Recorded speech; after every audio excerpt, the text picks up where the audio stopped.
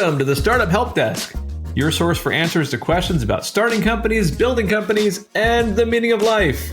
We have a panel of experienced founders, investors, and jokers on staff to answer questions submitted by people just like you. My name is Sean Burns. I've been a founder of companies for about 20 years. I made a move over to the venture community about 18 months ago, starting a new firm called Near Horizon. And I'm joined in our panel by our illustrious founders, Nick and Ash. Hi, everybody. My name's Ash Rust, and I'm a pre-seed investor based in San Francisco. I mostly invest in B2B companies based in the US and UK at the idea stage through my fund Sterling Road. And I've also worked at places like Trinity Ventures as an entrepreneur in residence and Bullpen Capital as an advisor. Before investing, I was an entrepreneur myself, most notably an early employee at the social media analysis company Clout, as well as the CEO and co-founder of SendUp. These days, I spend most of my time coaching founders, and I've helped more than 1,500 startups over the years. Hey, this is Nick Melionis. I'm co-founder and CEO of a startup called Navi. We help people and organizations start and succeed on their innovation quests. I've supported hundreds of innovators and startups along the way. And as always, I'm excited to hop into today's round of questions. And as you all know, or if you don't, all the questions that we answer here on the Startup Help Desk are submitted by people just like you. So if you have questions you'd like us to answer, please head over to thestartuphelpdesk.com. or find us on X/Twitter as TheStartupHD. The more questions you submit, the more episodes we have, and we do love our episodes. So please submit those questions. Today, we're answering a whole load of questions that are about extensions and bridge rounds. If you've raised money from investors, you might come across the need to do an extension or a bridge round. And we're going to talk all about the idiosyncrasies of what that means, how they work, how do you use them, should you even do it? All those sorts of questions. They seem to be very top of mind right now, towards the fall of 2024. A lot of companies are thinking about their next steps. It might be something to tackle. But before we jump into the details of it, Ash, can you define for us what exactly is an extension and what is a bridge round? So we at least can start off with a definition of those two things. I feel like the definitions have floated over the years. Well, let me grab my handy Rust's Dictionary of Venture Capital here. So my belief is that extensions and bridge rounds are actually the same. The concept is basically that you're raising a smaller amount of capital than you hope to before another priced round instead of doing the priced round right now. Now, there are two reasons to do this. They're good reasons and bad reasons, or strength or weaknesses. So weakness, i.e. you've not made as much progress as you wanted to, is the most common situation. And with the zero interest rate phenomena now long past, there are many companies experiencing the other side of those very high valuations, and they're coming to bridge rounds in a position of weakness. So that's usually going to be your existing investors who are putting in money to kind of protect their investment that's already gone in, and you're trying to use that money to buy a little bit more time to hit the next milestone. In the strength case, you have perhaps grown very quickly, and your existing investors are desperate to invest more money because they can see the value that you are generating, and perhaps you only need a small amount of additional capital to skip this round completely, and perhaps you can raise at a really big valuation maybe a year or two further out. So those are the rough definitions. Bridge round and extension, they're actually the same thing. It's actually just that bridge round sounds worse, and so you shouldn't use it. Ash, a quick question. So I've been doing this long enough that 20 years ago, bridge round meant that, for example, you'd signed a term sheet, you were about to close a venture round, but the close date was 2 weeks away and you didn't have enough money for payroll. So they would bridge you that payroll to the close when you get the money in the bank. So in my mind, that was where the definition of bridge started. It was a short-term, in many cases, convertible loan to get you to a specific outcome that was already going to happen.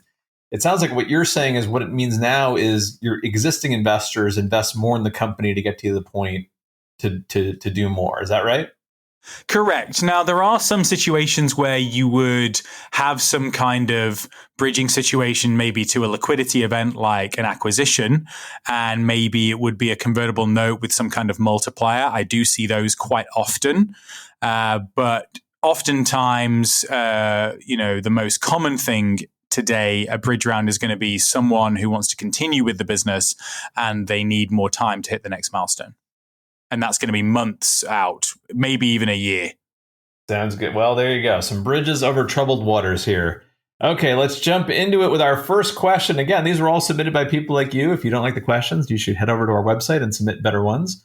Here's the first question, Ash and Nick. I think we'll need more time to get to our next financing round. How do I start a discussion with existing investors about doing a bridge round?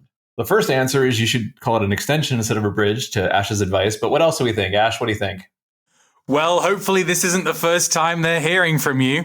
I think this is where you really learn how important regular updates are, ideally monthly updates to investors, because if things aren't going your way and you need help, having communicated regularly makes a huge difference to how these conversations start out. You really don't want to be going to investors with cap in hand and that be the first time you've spoken to them since the last time they invested.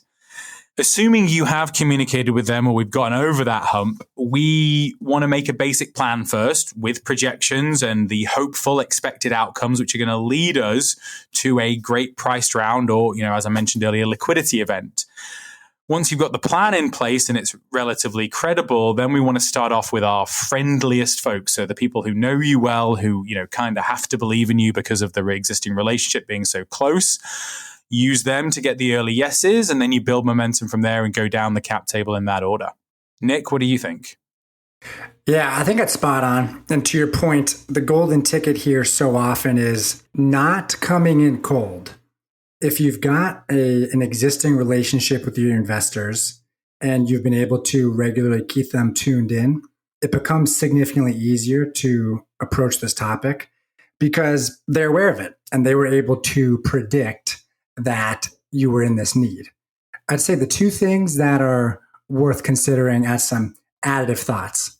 One is typically when you're approaching a bridge opportunity, you're looking to make some change over these following months in order to gear up for what's next. And so make sure you clearly understand what that change is. It may be that you need to reduce burn rate. It could be that you need to increase revenue. In short, figure out what that change is, start making that change now, and then communicate it clearly. And then the last thing that I think is critical here is, and this is more about understanding investors and the muscle memory they've built. They're used to saying no often. They're very used to saying no to requests through email.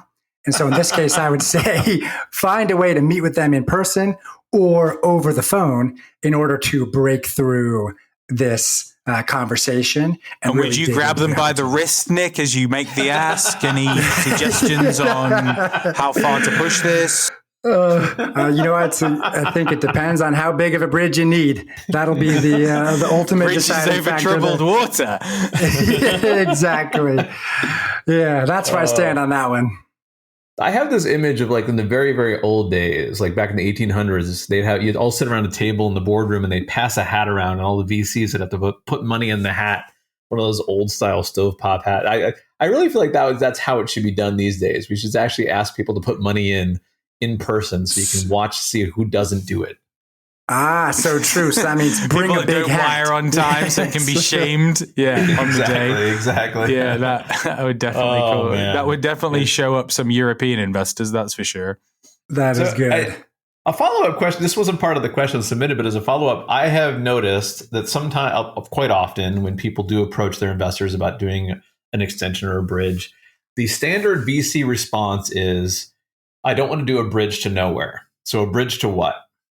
What is the appropriate answer to that question? Because honestly, I feel like that's the response founders, CEOs get almost 75% of the time when they do broach the subject. I think that a lot of the time people go to investors and say, oh, we're raising a bridge round to give us another 9 months and then we'll raise a Series A. I think that's a really weak argument. I think if you say we're raising an additional 1 million extension in order to reach 2 million ARR and be cash flow positive, so we'll be in a position to decide about the next fundraise, that is a much more compelling argument. No, fair enough. Yeah, I completely agree. And I feel like part of this too is whatever it is you are raising the bridge to do, you should start doing that thing now so that they know it's happening. I think one thing that investors always can sniff out is as soon as you invest or as soon as more money comes through the door, we are going to change this behavior to change our trajectory. And instead, you need to say, we're changing the trajectory now, and this bridge will accelerate our ability to do so. There's some deep metaphor about fast bridges and raising them. I'm not sure what it is. We'll edit that in later. Okay, we're in danger of only answering one question today. Note Nick, to the editor, add Chinese proverb here. That's perfect. That's perfect. Add entertaining joke that Sean just made up. Okay, Nick, what else do we have on our question queue, man? All right, let's do it. Here's a question we got from a founder. This founder said, 2 of my 3 investors want to do an insider round, but the third does not. I'm worried that if everyone doesn't participate, it won't happen. What can I do? Sean, want to take it away? So this has been me before. So let me answer this one first. I think the most important thing that first, it happens a lot. So if this does happen to you, you're not alone. The key thing is these sorts of decisions, you have to avoid making them committee decisions where it's like everybody's in or nobody's in. You have to decouple them. If you can't decouple them, it's very hard to get people to agree on all the particulars. People love jumping on bandwagons that are moving, and they really hate getting them started. So there's lots of ways to decouple the dependencies. I think the first thing is if someone's concerned, if you have 2 people that are in, that probably means it's not a bad idea to do it. There's some reason they want to invest. If the third one doesn't, why? Like, what's the objection they have? What is the issue holding them back? You need to understand what that is to be able to overcome it. There are a lot of funds right now, again, towards the end of 2024, who have no money. And so sometimes the insider doesn't want to do it because they just can't. They've tapped out their fund or their capital calls are failing. Something happened. That's a kind of obstacle that there's nothing you can do to overcome. There are other obstacles, though, you can. Concerns about what the money will go to or what milestone you'll get to, et cetera, et cetera. And often the 2 investors who are investing might be able to help you get over the line, but try not to make it a dependency. The more you can decouple this, and by the way, decoupled in any sort of financing environment, the better off you'll do. And again, you're not alone. Does it happen that everybody has to participate? Sometimes, but sometimes the 2 investors who are in will be happy to be in and it won't bother them. It's important to find out that too. Ash, what do you think? You're an investor. I'm sure you've been in this situation on the other side of the equation. Yeah, so I agree with you that we want to get these conversations down to individual conversations rather than committee. My suggested tactic there is just push people. If they say they're in, well, how in are you? Let's get you closed. You could always sign a safe. It's very easy to do that with almost any stage company. And if they're not ready to sign right now, then what would they like to see in order to do so? Now, I also think that you want to be rallying new investors in these situations. And oftentimes people are over-reliant on their existing investors. So being ready to go out earlier in this process, I think works out for most people because you don't want to be asking new investors for new money in tight time periods. And then if it's a bad situation, don't be afraid to look at alternatives. Things like crowdfunding are far from ideal, but there's money there if you really need it. On that note, for a bridge opportunity, how often can a founder pull in new investors? Is it most typical where you're working with existing investors, or is it reasonably common to pull in outside investment? I would say that the better the company is doing, the more likely you are to see new investors. Also, there is some instances where perhaps it's a really, really bad situation. And so the terms change such that they're very attractive for new investors because of the existing progress being perhaps undervalued in some way. Yeah, that makes sense. In the very few cases I have successfully done extensions, they have been convertible debt extensions, but led by strategic investors. Strategic investors being partners or companies, largely in my experience, just because those strategic investors often they don't have financial motivations, they have strategic motivations. So they might look at a company where you might not be able to raise right now from other. And these were new investors, Sean? These would be new investors. That's right. So these are people who hadn't invested previously, but their algebra about why it's a good investment are different than VCs, where it's usually a very financially driven motivation.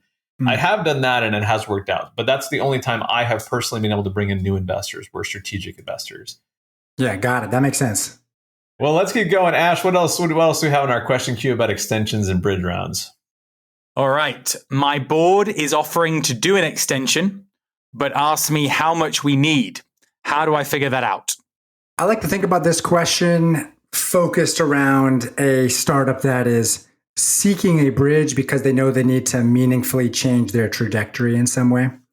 And so I would say, number one, you should expect it to take longer to implement that change. Number two, often these things still take time to close, so it's not instant. I always like to think about it from the framing of how much cash do you need to change trajectory and thrive? And you probably need 12 plus months to do so. And so think about, what is your burn? Can you reduce it if needed? And what do you need to endure and then thrive 12 plus months from now? That's my typical framing for it. Sean, how do you approach it?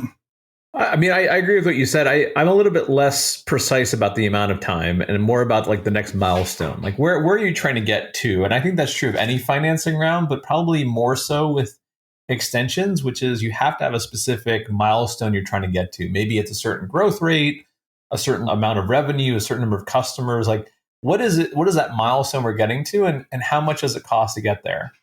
And I think, and Sean, is that milestone significantly different if it's revenue versus growth in terms of how investors will respond?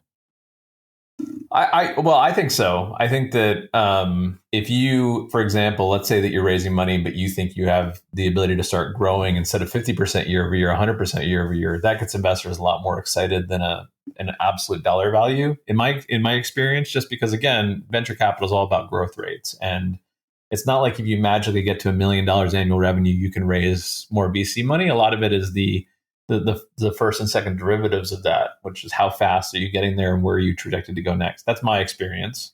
I think that's a really important point, Sean, because I think a lot of people make that mistake where they think that there's some kind of revenue milestone for them to hit. Once I get to $1 million ARR or once I get to 2 million ARR, then I'm going to be ready to fundraise and all the investors are going to be automatically interested. But actually, how fast you got there and how much it cost you to get to that revenue is just as important to the investors.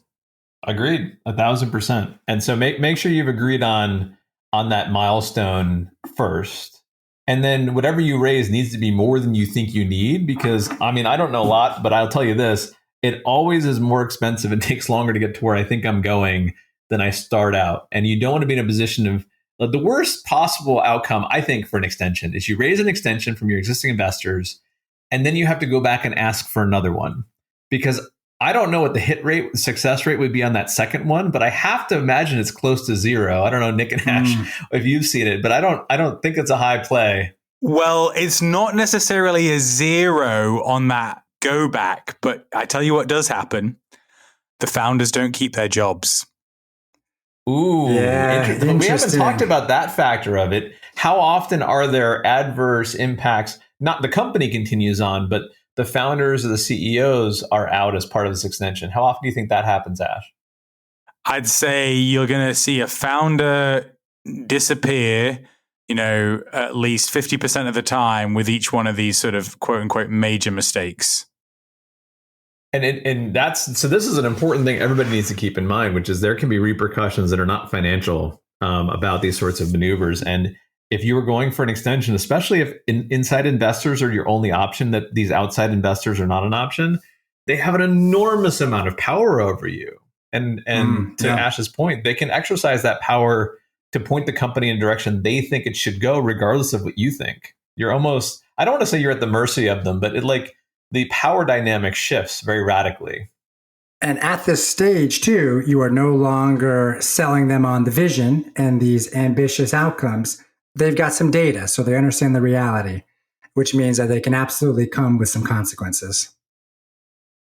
Well, we have to find a way to end this episode on a more positive note. And here's a question for you, Nick and Ash. Do you have maybe we could just do Batman voices, something like that? I'm just thinking there's a lot of companies I can think of that did extensions that ended up doing very well. It is a rite of passage for every great company. Mark Zuckerberg's father had to mortgage his house in order to cover them as a bridge round when they were running out of money. Unbelievable. Obviously, Google's founders were running it on their credit cards when they couldn't raise. There's not a single founder that doesn't have that kind of piece of their history. Fundraising drama is for everybody. So take that, take that with a grain of salt, and enjoy your moment as part of the journey. Exactly. I just want people not to think that it's a failure if you have to do the extension. Like Ash said very, very well, it's just part of the journey. We're all there. It's impossible to avoid it. If your company's successful, which means it's going to grow over a decade, there will be some point at some moment when this happens to you. It's just how it is. Except for Nick, because he had all that Bitcoin money, so he didn't have to worry about it. I think that no matter what, we know that the number of trials and tribulations that will show up on the startup journey are vast. And so your ability to enthusiastically problem solve at each stage is, without a doubt, the thing you need. All right, well, that's positive enough. Let's end it. Okay. Well, that's all we have for talking about extensions and bridge rounds. If you're out there raising one right now, good luck to you. It is not easy, as we've talked about. As always, Ash and Nick, thank you for the insights. Thanks, guys. Yeah, so much fun. Thank you. If you have a question you'd like us to answer in a future episode, we would love to do that. Head over to our website, thestartuphelpdesk.com, or are on X/Twitter at thestartuphd and send it over. We will include it in a future episode. So for now, the Startup Help Desk is closed. We will be back. So in the meantime, good luck in building your business.